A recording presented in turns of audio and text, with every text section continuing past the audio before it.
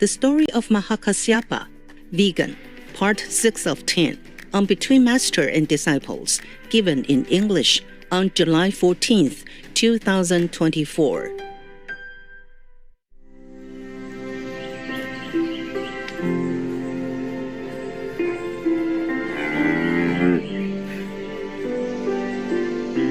You calling for Dad?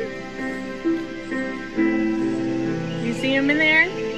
Maybe you should call him again. There he is.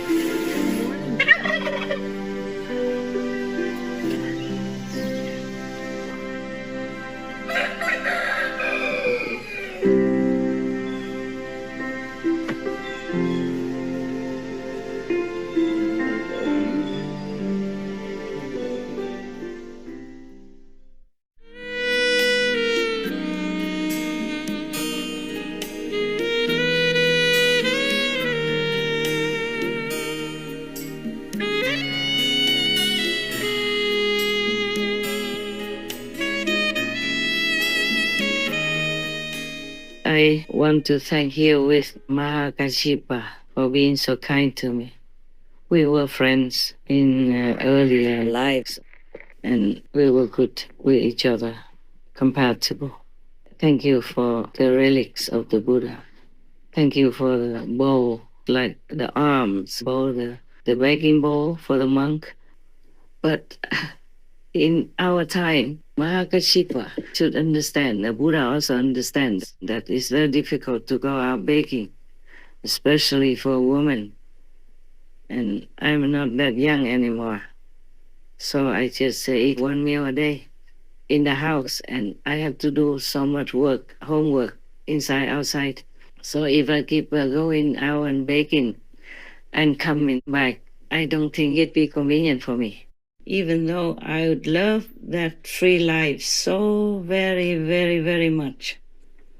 Even just to eat one meal, cooking and washing, I feel already it's a lot of work for me.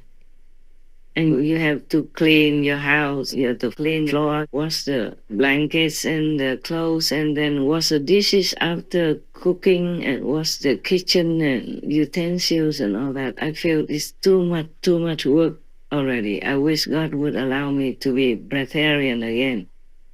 It's more convenient, but still, I cannot. I'm not allowed to. I still feel very sorry that I can't be breatharian, because it was so good when I was breatharian. I felt like I was walking on the cloud, and everything felt light. Everything felt like no worry. Even nobody involved, nothing you should worry about, nothing you fear. Because you have nothing. And if you even don't eat, don't drink, you really have nothing to fear at all. You have nothing to lose. It was absolutely a very, very, very beautiful feeling. And now even eating once a day, oftentimes I also don't taste anything. Sometimes I feel a little appetite or even hunger, but rarely does the food taste any good. Maybe because when you cook for yourself, it doesn't taste very good. If somebody else cooks for you, then maybe it tastes good. I remember I loved food so much before. And I always had a kind of small party in my little kitchen. I had a couple of chefs and cooks to cook for me. So I asked them to cook a lot, and I invited the workers in the ashram, some monks or some nuns, not all of them. Those who came helped me to repair the house or repair the car, or some helped me to clean the golf car or clean my yard, something like that. So monks or nuns, I invited them. They took turns, so it was very good. And when I ate with someone else, it tasted so good, so appetizing. And then I kept eating a lot. But then later I preferred to eat once a day and less, because even if you like to, you shouldn't eat so much. I mean me, not you, okay? Please, do what you want with your life. It's your life. As long as you don't harm anyone, and as long as you're vegan, I'm happy already. But if you want to try to have less and less pain, invisible pain even from plants, trees or flowers in your house, then you can try a little bit at a time till you get used to it. See, if your body accepts you have it, don't cut everything off all at once like the way I did when I became breatharian. Maybe you will cause yourself trouble. I didn't cause myself trouble. I was younger then and healthy. I worked a lot in that temple, cleaning every day, washing, cooking for everybody. Yeah, and helping to write articles for the abbot and transcribing his talk onto paper. Yes, he had a magazine or something. Before that, I had met a Watarian nun before, I told you, in Miaoli. Not where we live, but nearby in the same region called Miaoli. So my heart ever since has been longing to be at least a Watarian or breatharian, but I could not somehow. Because I have to tell you the truth, I loved food. I remember a long time ago, the Buddha told me that he became Buddha before I would, because I love food too much and ate a lot. I still do though, even though not as much as before. Usually before I lived with people or in the temple, a lot of people come and eat together, so that makes you have even more appetite.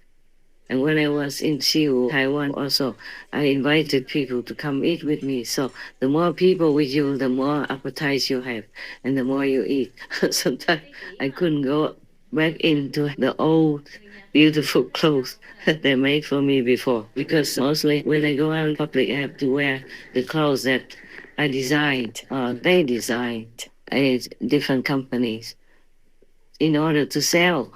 Like I'm a model, but I don't have any payment for it, okay? Don't be envious. I didn't know being a master, you even have to sing and dance. I had to do many things, and I still have to. Somehow, most of the people who know about my designs or my jewelry, for example, they love it. So I had to show it anyway. You might wonder why I don't advocate for 1 meal a day or asceticism when I myself do it. I do it for a different reason. I told heaven that if I eat once a day, while normally I could eat 3 times a day, that whatever meal I don't eat could be given to other souls. And even if you don't meet those hungry people or maybe hungry ghosts, if you have spare in your mind, then the food will go to them in the different delivery. They don't necessarily see that I share my meal with them, but because of the vow, they will get it. But I'm just trying to bring home to you, don't punish your body. 1 meal a day won't make you liberated and won't make you enlightened, because it has to be transmitted by an enlightened master, just like a candle. Pass on the light to the next candle, and both will be brightened like that. But without that lighted candle, the other candle will not be bright. There has to be another fire instrument somewhere, like a candle, fire, a lighter, or even burning gas on the stove. Now, Mahākāśyapa, he was already an ascetic, so spiritual, he learned some with other masters before the Buddha. So how come he still had to find the Buddha in order to realize his holy position as an arhat in a short time? Why did he have to do that? Huh? Why? Because he knows you have to have a guide, you have to have an expert, you have to have this master who transmits the way to you with the master energy attached to it, in the beginning at least, to help you to go back into the inside realm where you belong. Yeah, and then slowly you walk home from the inside realm. If you don't have a master, a living master, a living teacher, then no matter what you do, you can say that 99% is not fruitful. Even if you can achieve some meditative power like a seer or some yogic power or something, it's not complete liberation, it's not Buddhahood. You will be reborn again on earth, and then God knows if you can still continue to control your life in virtue, morals, and beauty or not.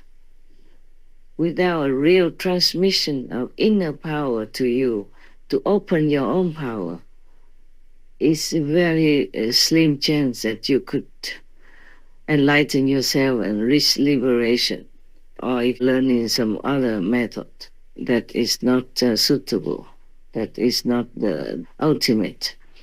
And after Mahākāśyapa sent for his wife, she came study with the Buddha, and in a short while she became an arhat also.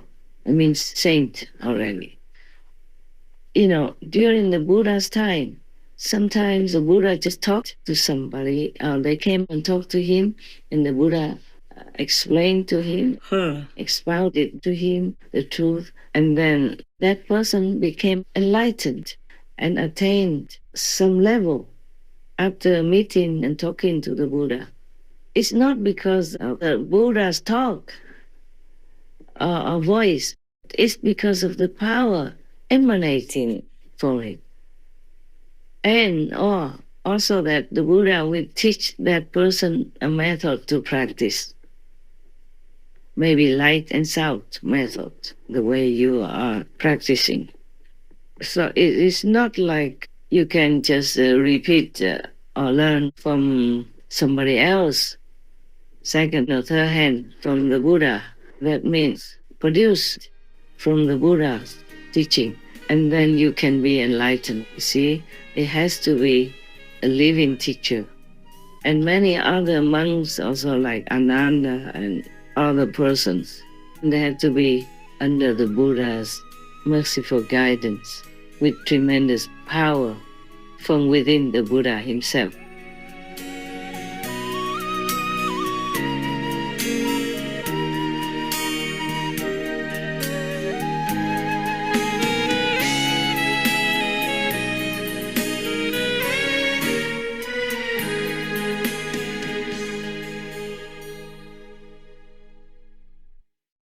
Supreme Master Ching Hai, vegan, is a world-renowned spiritual teacher, humanitarian, and artist.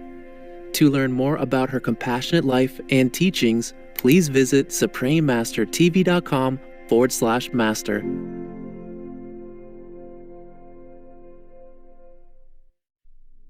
Vegan, live and die a true human.